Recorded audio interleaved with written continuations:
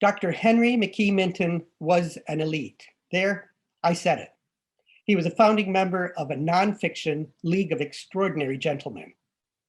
The word elite has become a pejorative in our political world. But if we look at the etymology, it barely made an appearance in print until the mid-20th century. In fact, Noah Webster didn't see fit to include it in his 1828 Dictionary of American Language, perhaps seeing it as an anathema to the young democracy. But other lexicons had numerous definitions of elite. These are my favorites. For describing Dr. Minton, this from the late 14th century, a chosen person. And from an 1823 dictionary, this applies to his Sigma Pi Phi fraternity, a choice or select body, the best part, the best part. And what makes the best part? For Dr. Minton, it wasn't riches, although he was born into one of the wealthiest families in Philadelphia, black or white. The best part wasn't social standing, although the Mintons were in the upper crust of society in Columbia, South Carolina, his birthplace, in DC, where he was raised, and in Philadelphia. And it wasn't professional standing, although he was one of the few African Americans at that time to graduate from the Philadelphia College of Pharmacy and from Jefferson Medical College, now Sidney Kimmel Medical College. It wasn't fame, although he could trace his lineage to President George Washington's family, and his grandfather, Henry Minton, was one of Philadelphia's leading abolitionists, hosting notables like John Brown and Frederick Douglass. So what was the best part for Dr. Minton?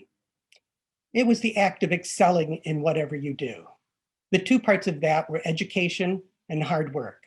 I draw evidence for this belief from an article that Dr. Minton wrote in 1913 and presented at the American Negro Historical Society, entitled Early History of Negroes in Business in Philadelphia.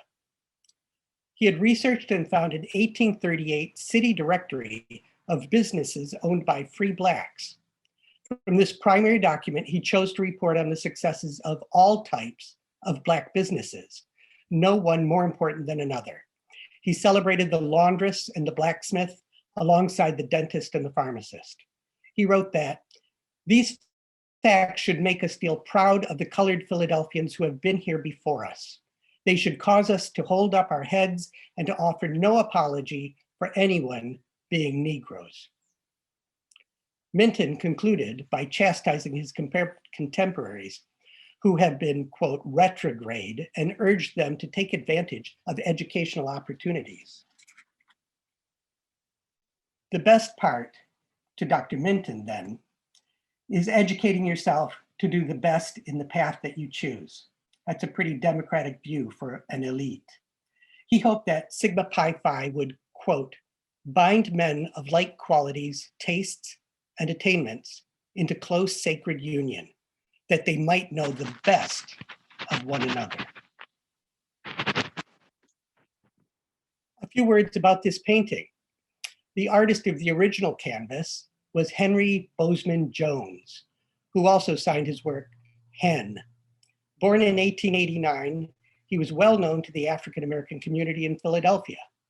A scholarship student at Pennsylvania Academy of the Fine Arts from 1908 to 1910, his first show was in New York City, where he was listed as, quote, a painter in his spare time who worked as a bellboy, porter, cement worker, actor, printer, and teacher.